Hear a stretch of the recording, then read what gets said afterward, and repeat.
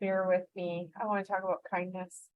And what I'm going to pitch to you is that kindness is the new success. Now, we talk about kindness a lot, and before you stop listening, I just say, hey, take a few minutes, because too often we talk about something like kindness and we kind of get fluffy and we forget to actually think about just how potent, powerful, significant it actually is.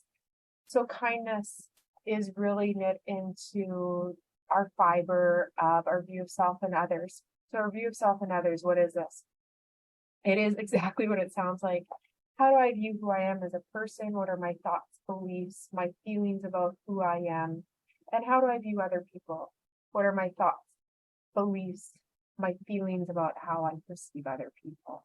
And now, undoubtedly, and I've said this before because I'm an attachment-focused clinician, in life, people let us down, and that really dampers our view of ourselves or a view of other people. And we just call that like a negative view of self or a negative view of others.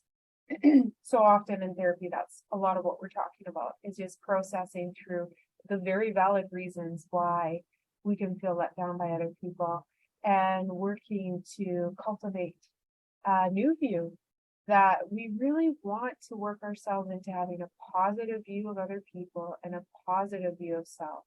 Is so important when we're practicing kindness, self-compassion, is that I can have positive beliefs and feelings about me. And when I'm practicing kindness out in the world, that I'm having a positive belief and feelings about other people. So we're really trying to cultivate a new view of self and a new view of others. That's really foundational to kindness. So what is kindness? I mean, kindness is action. Kindness is really about what we are doing for others. And the more we are practicing positive behaviors towards others and positive behaviors towards ourselves from an authentic self. Now, from a circle of security perspective, we talk about positive intentionality.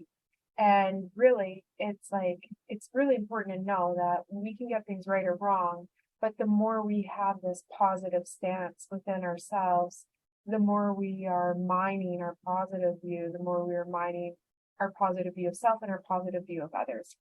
So, positive intentionality. What is my goal here in relationships, even if I'm getting it wrong? And a mindset of knowing what is my negative view of self, my negative view of others, and how am I working towards a positive view of myself and a positive view of others.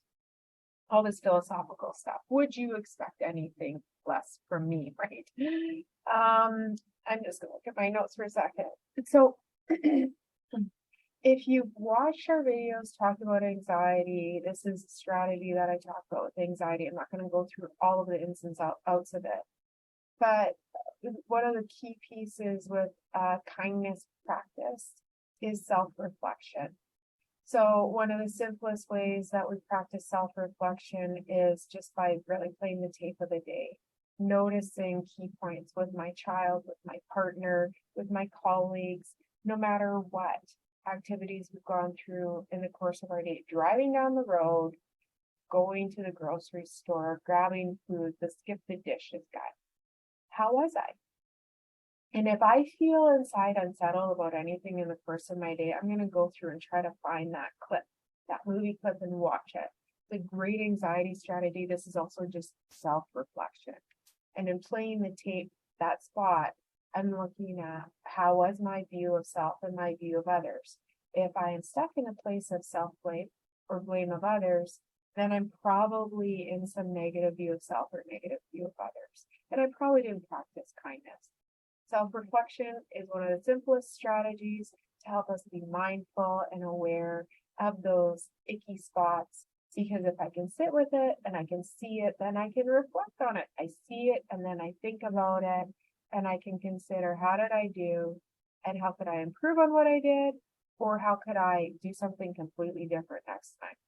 So not only are we playing the tape of the day to notice that icky spot, the anxious spot, the uncomfortable bit, but I'm also playing it forward and considering what would I do next time.